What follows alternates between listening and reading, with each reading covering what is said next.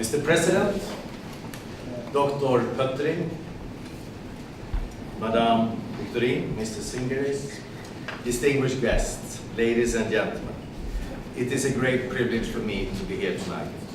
After working many years to promote democracy in Belarus, and over all these years being able to know the European Humanities University from the very beginning, it's a great pleasure for me to be here today and address you. I remember in the middle of the 90s when I was, walking around in Minsk, meeting a lot of the opposition people, organizing study courses and activities with the opposition parties. I went also into the European Humanities Universities. And these were tough times. Repeatedly, the authorities were there having fire inspections. You remember that? Fire inspections after fire inspections. Even when I was there, it was fire inspections. And these 25 years, if you look upon Belarus, you can say that there is one step forward, two steps backwards, sometimes two steps forwards and one backward. That is the history of Belarus over these years. And it's also the history of the European Humanities University. 25 years is actually a very short period. It's not a long period at all in human mankind. I remember that there has always been hope in Belarus for a better future. Everyone you talk to really wants to create a better future for themselves, for their families, and for the country. And talking to students every time I was here at the university, in Minsk and also here in Vilnius, always gave me hope that one day we will have 3 steps forward, 4 steps forward, 5 steps forward, and not a single step backwards. Sweden has been a very strong supporter of democracy in Eastern Europe since the fall of Soviet Union. And we of course continue to be a strong supporter. We take this approach because we believe in the transformative power of the people and their dreams. To live in a democratic country under the rule of law is not only a right, it is a question of dignity. Not only my country, it's not only about Sweden. I wish it were, but it's not only about Sweden. The European Union, the Nordic Council of Ministers, Lithuania, and lots of other countries have of course all been strong supporters to the European Humanities University.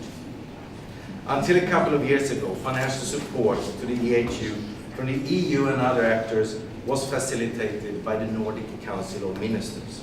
Today, it's managed by Sweden. Financial contribution to academic education is so much more than just supporting one institution. It is an incentive for a vast number of individuals. Just imagine how young men and women growing up hungry to find mechanisms to help them understand, help them influence the world they live in, and create a better society for themselves. That is the most important thing for the European Humanities University. It is to give the students tools for their future. That motivation is of great benefit to a community. Unfortunately, the Belarusian authorities do not yet understand the benefit of this motivation. We are promoting progress in the society as a whole. When oppression is lifted, there is room for reform. When a window opens to change, there are lots of opportunities to be taken.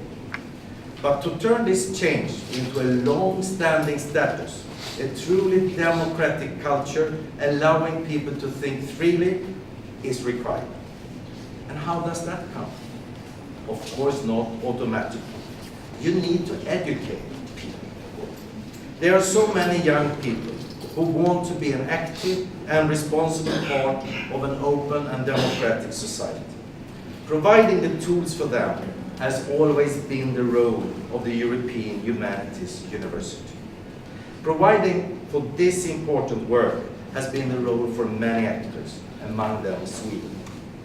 and I'm proud that we are here today as a part of this. The education is good for students, but it is also good for us. Together, we can achieve progress, and of course, that is of mutual benefit. I always say, and I have always said when I have traveled around in Central Europe, Mr. Singers. It's not Eastern Europe. You know, it's Central Europe. Let's say Nordic Europe. Nordic. I'm always saying that to my friends in the European Union that Minsk is actually in the geographical middle of Europe. But I really think that we as countries are better off when our neighboring country is better off. My mantra has always been, prosperous countries do have prosperous neighbors. You trade with them, you have good relations with them, you have peace with them.